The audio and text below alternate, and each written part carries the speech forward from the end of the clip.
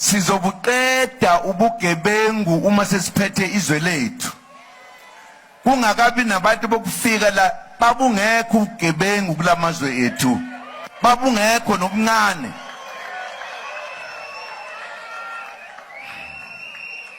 Akekho umuntu owayintshontsha into yomunye umuntu.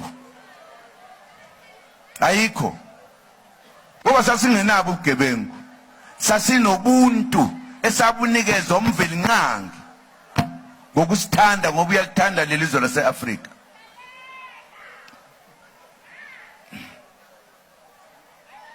Okuningi sizokwesokuqeda. Soqeda into eziningi bakwethu.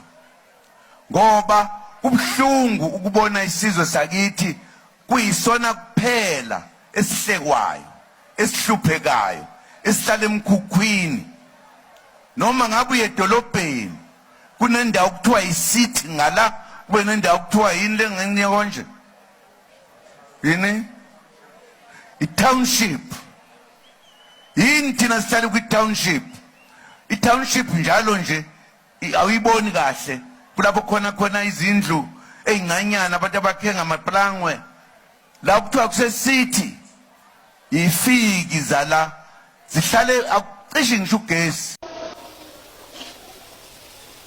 Njengoba nje kukhona lolu daba ukuthi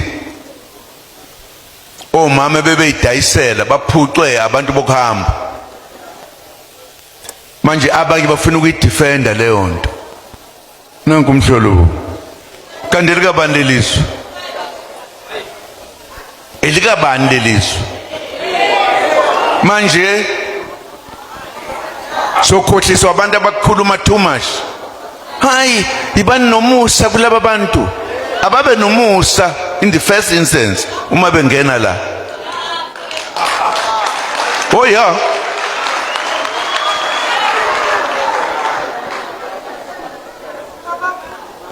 Regarding March to March, in our belief, everything that March to March does is within the constitutional parameters. There's absolutely nothing which they do which is illegal. If anything, they are dealing with crime, which the police have failed dismally to deal with.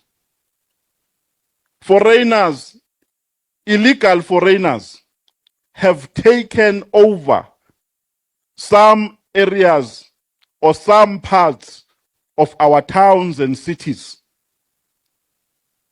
And they've reduced them to nothing but centers of crime. There are areas which have been surrendered by South Africans because of illegal immigrants. Because our understanding here is that March to March is not fighting against legal immigrants. They are fighting against people who have broken the law.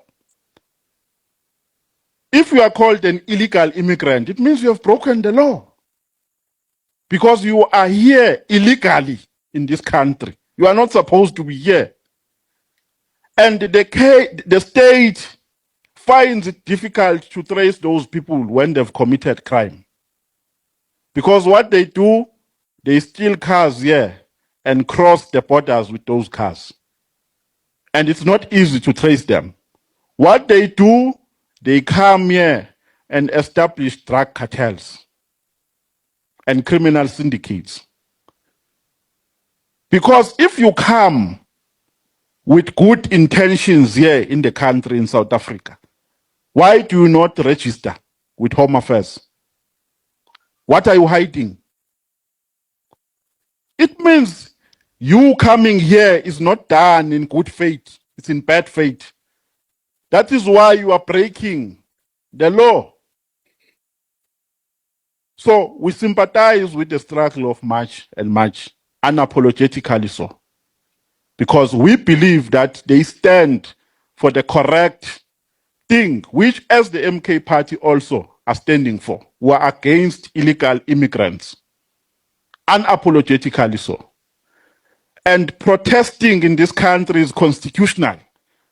I've never heard of March to March organizing illegal protests. I've never heard such incidents. And if they commit crime when they get there, that is not our baby, it's a baby of the police. Before you embark on a march, there is a meeting which is convened called Section 4. Between the protesters and the police. That's where protocol is discussed.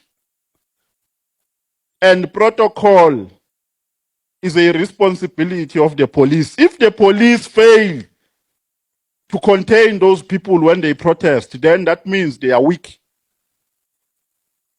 It means the police are weak. So we can't suffocate march and march for the failure of the police to enforce order during this protest. Because if they had bad intentions or bad motives of embarking on illegal protests, they were never going to apply for these marches or issue any notice for that matter. Because you give a notice to the police, a Section 4 meeting is convened and so on, and you are good to go. So everything that they do is within the law. So that is the position of the MK party. Thank you very much. Proudly xenophobic. South Africa is an irresistible magnet for criminals from all parts of the world because the criminal justice system is incompetent and its officers are infinitely corruptible and prisons are as comfortable as hotels. Serious crimes like drug dealing, which warrant a death sentence elsewhere, may not even warrant imprisonment in South Africa, depending on quantities involved. This leniency is dictated by our respect for human rights. Human rights are a boon to foreigners in South Africa. In practice, human rights of foreigners are superior to those of citizens.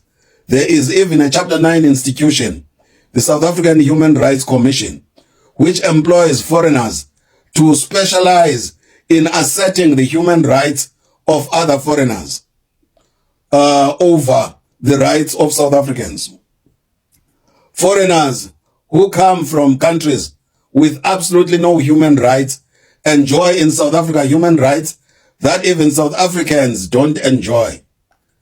Many South Africans, including Jacinda of March and March, often say they wish they were refugees who are never called xenophobic when they demand their excessive rights, often at the expense of South Africans.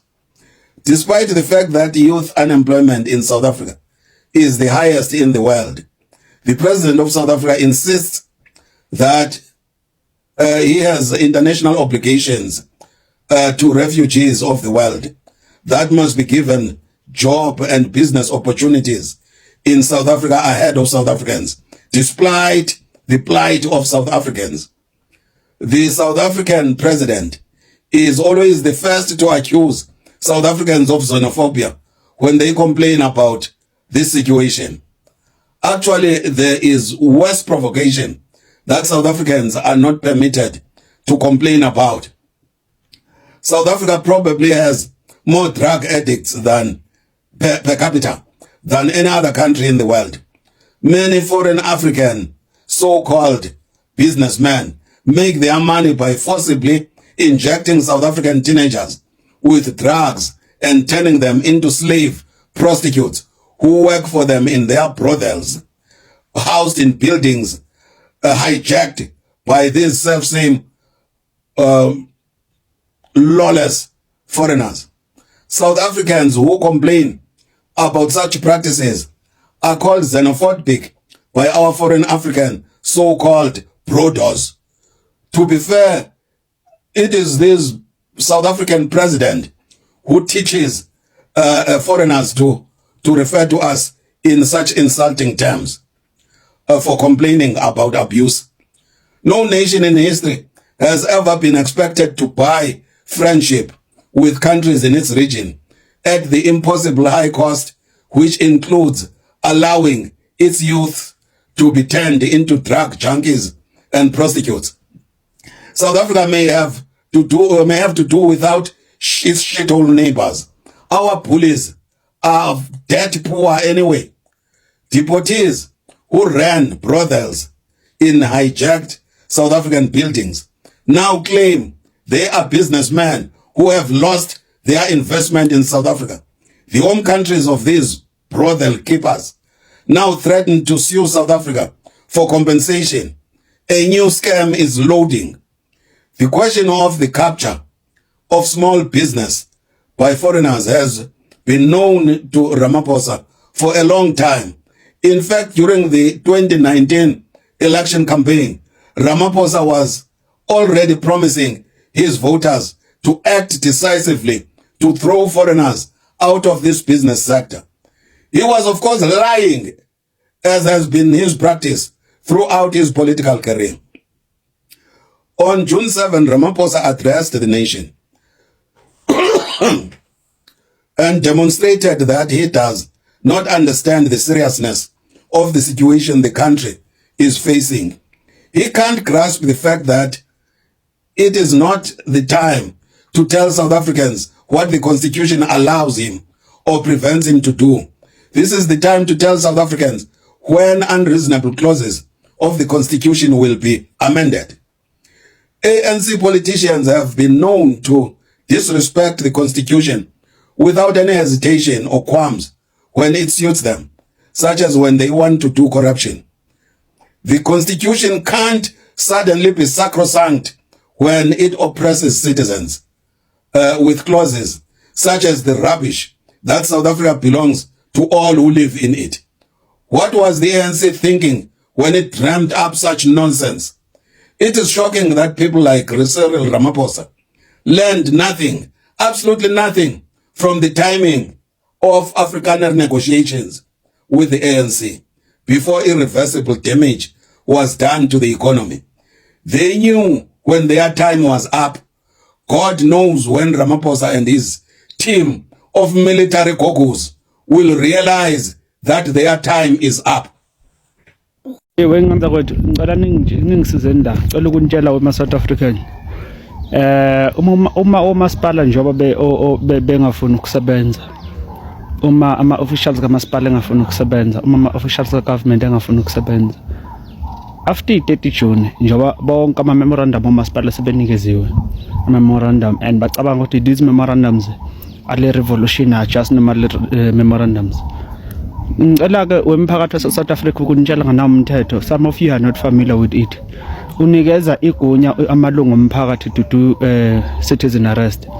Lo mthetho khona constitution bathi i section 42 citizen arrest. Awukwazi ukulinda iphoyisa uthi asithi ulibone isigebengu sibone Fosman noma indiyo ulibone Fosman lenza into ekhohlakala uthi ngisawolanda amaphoyisa kuphi eCliffantini. Yofica ikula selingasekho lofica India selingasekho. Citizen arrest is allowed, it's there on the constitution, so South Africans are allowed. That is why, but if labantu bokufika bengafiki bengahambi after 30 June noma before 30 June, sekuzoba semphakathini ukuthi bakwazi ukenforce umthetho asebiza ukuthi citizen arrest section 42. Amaphoyisa athanda noma athanda, ama law enforcement athanda noma athanda, government athanda noma athanda, umphakathi uzokwenza lo mthetho abawukhiphe mawuthi abawufuna wenzeka, abakhiphe lo mthetho olapha ku section 42 ukuthi citizen arrest khona abayikhiphe, but abakwazi ukuyi-amenda manje ku late, sekusala amalanga ambalwa 30 June khona. Hello good people, welcome back to this channel. If you are new here, please make sure you do the right thing. You press that subscribe button and hit the notification bell. Good people, please comment your thoughts below. Tell us what do you think after watching this video. Don't forget to like, share and subscribe. Kulungile, bye. See you on the next one.